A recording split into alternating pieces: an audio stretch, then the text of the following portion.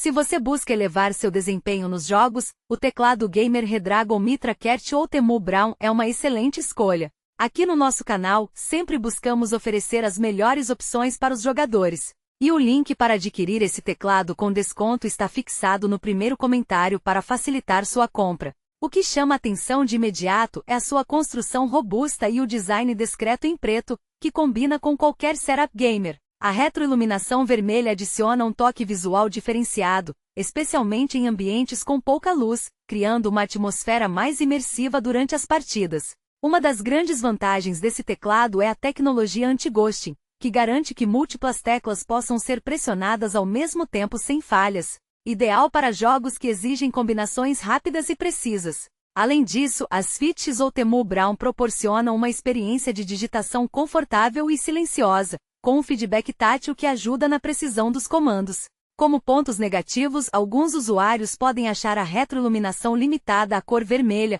o que pode não agradar quem prefere personalizações mais variadas. Também vale considerar que, por ser um teclado mecânico de alta qualidade, seu preço pode estar um pouco acima de opções mais simples, mas a durabilidade e o desempenho compensam esse investimento. No geral, o Redragon Mitra combina resistência, tecnologia avançada e um visual sóbrio, sendo uma excelente escolha para quem deseja um periférico confiável e eficiente para o dia a dia de jogos ou trabalho.